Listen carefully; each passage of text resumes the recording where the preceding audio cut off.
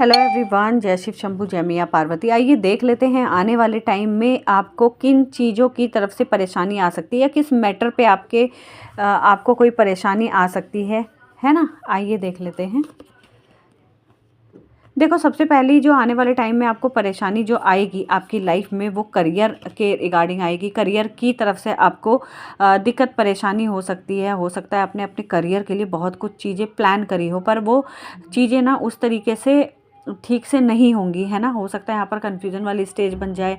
हो सकता है किसी और की वजह से आपकी ज़िंदगी में परेशानी आने लगे, आपके कलीग्स के कारण से कोई दिक्कत आने लगे, या फिर आप ओवर स्ट्रेस्ड हो जाओ, या फिर अपने कार्य को आप उस तरीके से नहीं कर पाओगे जिस हिसाब से करना चाहिए, क्योंकि आप टेंशन में रहोगे तो कैसे आप अपने कार्य को पूरी तरीके से करेंगे। यहाँ पर आप चाहोगे कि आपको ना आपका जो कार्य है उसका रिजल्ट मिले, आपने जो करा उसका क्रेडिट मिले, लेकिन कहीं ना कहीं वो चीज़ मिसिंग रहेगी। हो सकता है कि आपको एक जगह रहकर काम करना पसंद हो और आपको बोल दिया जाए कि आपको कहीं दूसरी जगह भेज देते हैं या दूसरी जगह आपका ट्रांसफ़र कर देते हैं। इस तरीके की कुछ ना कुछ चीज़ें रहेंगी। हो सकता है आने वाले टाइम में आप जॉब ही अपनी चेंज कर दो, ठीक है ना।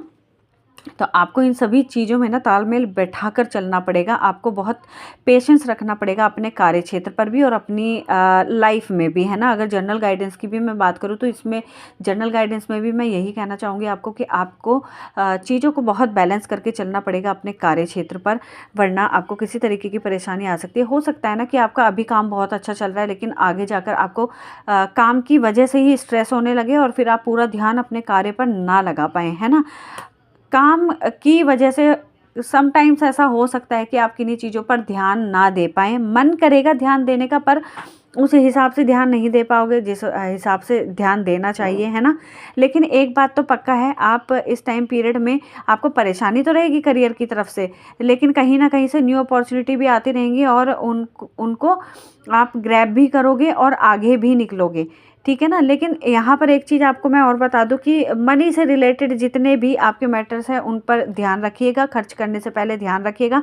कार्य क्षेत्र पर फोकस करके चलिएगा। हालांकि इस टाइम पर आपके अंदर पोटेंशियल बहुत रहेगा, कार्य करने की क्षमता बहुत रहेगी, लेकिन फिर भी कहीं ना कहीं चीज़ों को लैग कर जाओगे। तो आने वाले टाइम में कार्य को लेकर किसी ना किसी तरीके की दिक्कतें बनती हुई नज़र आ रही हैं, ठीक है ना। ये प्रॉब्लम्स आपकी लाइफ में आ सकती हैं, तो कार्य को अच्छी तरीके से फोकस के साथ करना शुरू करें। अगर कोई चीज़ काम में नहीं समझ आ रही तो किसी ना किसी की हेल्प लें, है ना।